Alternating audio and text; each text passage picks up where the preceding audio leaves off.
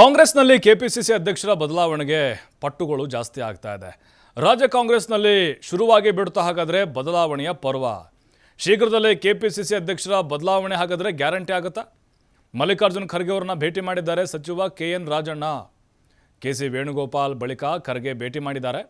ನಾಳೆ ಬೆಳಗ್ಗೆ 11 ಗಂಟೆಗೆ ಇದೇ ವಿಚಾರಕ್ಕೆ ಸಂಬಂಧಪಟ್ಟಂತೆ ಮಹತ್ವದ ಸುದ್ದಿಗೋಷ್ಠಿ ರಾಜಣ್ಣ ನಡೆಸಲಿದ್ದಾರೆ. ಅಂದರೆ ನಾಳೆಯೇ ದೊಡ್ಡ ಸುದ್ದಿ ಬ್ಲಾಸ್ಟ್ ಮಾಡ್ತಾರಾ? ಅವರೇ ಹೇಳಿದ್ದಾರೆ, ಬ್ಲಾಸ್ಟ್ ಮಾಡ್ತೀನಿ, ಒಂದು ದೊಡ್ಡ ಸುದ್ದಿ ಇದೆ ಅಂತೇಳಿ. ದೆಹಲಿ ಕರ್ನಾಟಕ ಭವನದಲ್ಲಿ ಸುದ್ದಿಗೋಷ್ಠಿ ಕರೆದಿದ್ದಾರೆ. ಕಾಂಗ್ರೆಸ್ನಲ್ಲಿ ತೀವ್ರ ಕುತೂಹಲ ಮೂಡಿಸಿದೆ KN ರಾಜಣ್ಣ ನಡೆ. ಏನಾಗುತ್ತೆ ಹಾಗಾದರೆ ಅವರು ಸುದ್ದಿಗೋಷ್ಠಿ ವಿಚಾರ ಸಂದರ್ಭಕ್ಕೆ ಸಂಬಂಧಪಟ್ಟಂತೆ ಏನು ಹೇಳ್ಬೋದು? ಒಂದು, ಮುಖ್ಯಮಂತ್ರಿಗಳ ಬದಲಾವಣೆಗೆ ಸಂಬಂಧಪಟ್ಟಂತೆ ಹೈಕಮಾಂಡ್ ಮಟ್ಟದಲ್ಲಿ ಚರ್ಚೆ ಆಗಿದೆಯಾ ಇಲ್ವಾ? 2.5 ವರ್ಷ ಆದಮೇಲೆ ಸಿದ್ದರಾಮಯ್ಯನವರು ಕೆಳಗಿಳಿತಾರಾ? ಇದರ ಬಗ್ಗೆ ಏನಾದರೂ ಮಾತಾಡ್ಬೋದು.